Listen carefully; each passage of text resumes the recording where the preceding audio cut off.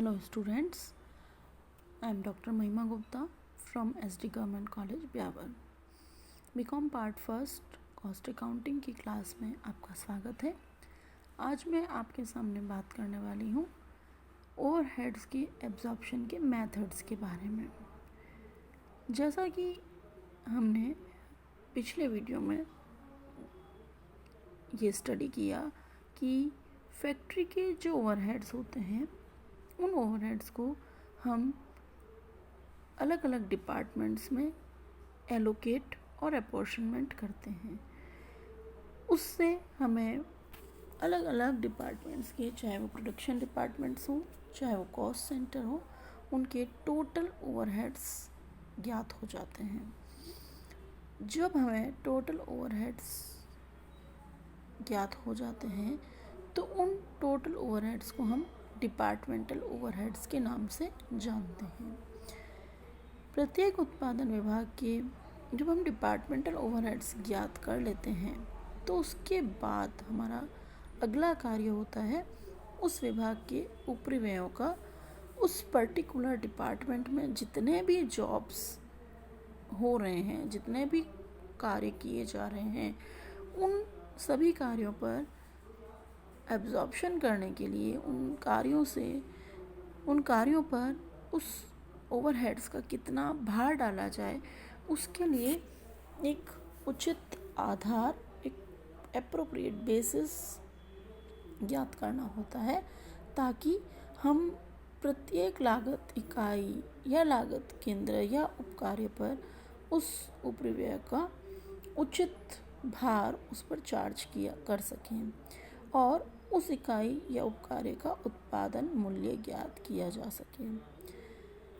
इस कारण हमें ओवरहेड्स का एब्जॉर्प्शन किस रेट पर हुआ है वो ज्ञात करना होता है। हमें ये भी ध्यान रखने की आवश्यकता है कि एब्जॉर्प्शन के उचित आधार पर विभिन्न उपकार्यों या लागत इकाइयों पर उपरिव्ययों का जो भार डाला जाता है वह उन उपकार्यों या लागत इकाइयों पर किया गया वास्तविक व्यय नहीं होता है। जो हमारा एक्चुअल एक्सपेंडिचर है वो उस जो हम एब्जॉर्प्शन के आधार पर ओवरहेड्स की राशि कैलकुलेट करते हैं उससे कम अथवा अधिक हो सकता है। ठीक है, अब हम बात करते हैं सबसे पहले कि फैक्ट्री ओवरहेड्स का एब्जॉर्प्शन किस तरीके से किया जाता है। तो आपके सामने मैं आपको बता रही हूँ फैक्ट्री ओवरहेड्स का एब्जॉर्प्शन किस तरीके से होता है इसके बारे में। तो फैक्ट्री ओवरहेड्स के एब्जॉर्प्शन से आप क्या समझते हैं? सबसे पहले मैं आपसे ये बात कर रही हूँ कि फैक्ट्री ओवरहेड्स से क्या तात्पर्य है। फैक्ट्री ओवरहेड्स के एब्जॉर्प्शन से, अवशोषण से तात्पर्य है कि जो हमने एक पर्टिकुलर डिपार्टमेंट के फैक्ट्री ओवरहेड्स की राशि कैलकुलेट की है, उस राशि को हम अलग अलग उपकार्यों या वस्तुओं या सेवाओं या पूर्ण हुए आदेशों पर किस प्रकार चार्ज करते हैं। इनको अवशोषित करने के लिए हमारे पास दो तरह की विधियां हैं, प्रतिशत विधि और प्रति घंटा विधि। ठीक है, कौन कौन सी विधियां हैं? प्रतिशत विधि और घंटा दर विधि। किसी विशेष विधि का चयन करने के लिए हमें ये देखना होता है कि वह कौन सी परिस्थिति में हम कर रहे हैं, कौन सी विधि के आधार पर ज्ञात किए गए ओवरहेड्स जो होंगे वो हमारे उस कंडीशन में एप्रोप्रिएट होंगे। विभिन्न उद्योगों के द्वारा विभिन्न विधियां अपनाई जाती है। जो भी विधि अपनाई जाए, जो भी मेथड हम फॉलो करें, वो न्यायोचित होना चाहिए और उसके द्वारा जो उपरिव्ययों की राशि कैलकुलेट की जाए वह एक्चुअल राशि से बहुत अधिक डिफरेंट नहीं हो, यानी ओवर एब्जॉर्प्शन और अंडर एब्जॉर्प्शन की जो राशियां हैं वे बहुत अधिक मात्रा में नहीं हो, ऐसी विधि का हमें चयन करना चाहिए। अब हम बात करते हैं फैक्ट्री ओवरहेड्स के अवशोषण की कौन कौन सी विधियाँ प्रचलित हैं? तो फैक्ट्री ओवरहेड्स की विधियाँ कई विधियाँ प्रचलित हैं। इन विधियों में से हम किसी एक विधि को फॉलो कर सकते हैं, किसी एक विधि को अपना सकते हैं। इन विधियों में हमारी सबसे प्रमुख विधियाँ जो है वो इस प्रकार से है। सबसे पहली है प्रत्यक्ष सामग्री लागत पर प्रतिशत विधि। यह विधि पहले पार्ट यानी हमने जो प्रतिशत विधि की बात की उन विधियों में से प्रथम स्थान पर है। यानी इस मेथड के अंतर्गत, जैसा कि नाम से ही स्पष्ट है कि ये प्रत्यक्ष सामग्री और ओवरहेड्स का रिलेशन स्थापित करते हुए अपनाई जाती है। इसी तरीके से हमारा जो दूसरा मेथड है वह भी प्रतिशत पर आधारित विधियों में से ही है, जिसे हम प्रत्यक्ष श्रम लागत पर प्रतिशत विधि के नाम से जानते हैं। तीसरा हमारा जो मेथड है वो है प्राइम कॉस्ट के आधार पर प्रतिशत विधि। यह भी प्रतिशत विधि है।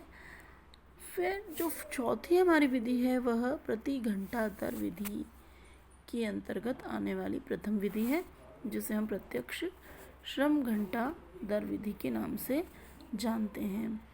प्रत्यक्ष श्रम घंटा दर विधि जो है वह ये बताती है कि एक श्रम घंटे में कितने ओवरहेड्स खर्च होते हैं, और उसके आधार पर यदि हमें किसी पर्टिकुलर जॉब या पर्टिकुलर लागत इकाई पर व्यय किए गए श्रम घंटों की राशि ज्ञात हो, श्रम घंटों की संख्या ज्ञात हो, तो हम उसके ओवरहेड्स की राशि उस दर के आधार पर कैलकुलेट कर सकते हैं।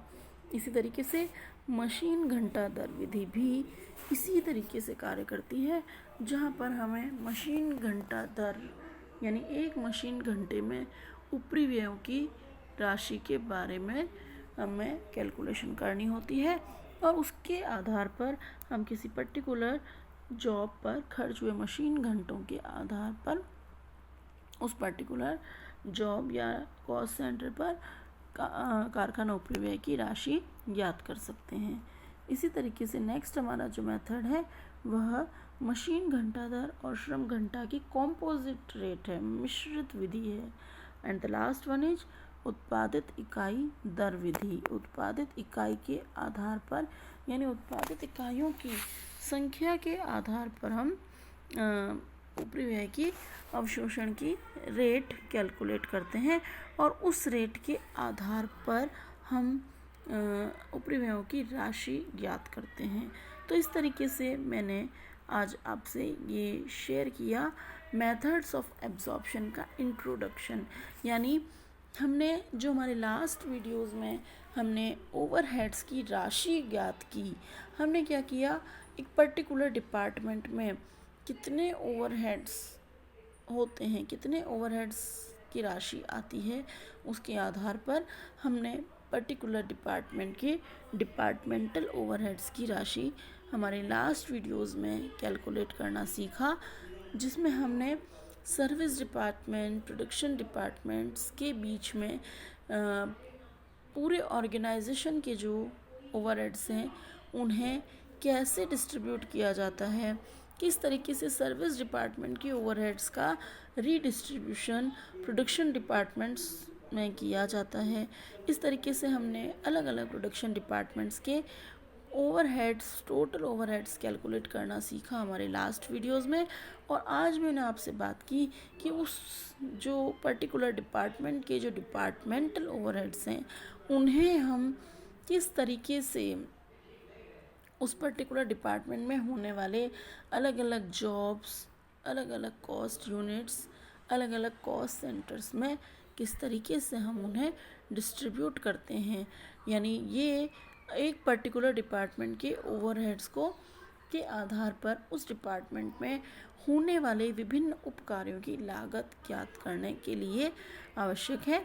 एब्जॉर्प्शन की मेथड्स में मैंने आपसे ये भी बात की कि एब्जॉर्प्शन के आधार पर ज्ञात की गई उपरिव्यय की राशि हमेशा आवश्यक नहीं है कि वास्तविक उपरिव्यय के समान ही होगी, यह कम भी हो सकती है, अधिक भी हो सकती है। यदि अवशोषित की गई राशि वास्तविक व्यय की राशि से अधिक है तो इसे हम ओवर एब्जॉर्प्शन कहते हैं, और यदि कम है तो इसे हम अंडर एब्जॉर्प्शन के नाम से जानते हैं। ऊपरी व्ययों के अवशोषण की बहुत सी विधियां प्रचलित हैं जो कि मैंने आपसे अभी शेयर की। इन विधियों में से किसी एक मेथड के द्वारा हम कारखाना ऊपरी व्ययों का अवशोषण कर सकते हैं। मेथड कौन सा लिया जाए, इसके लिए हमें परिस्थितियों पर निर्भर करता है कि मेथड कौन सा लिया जाए।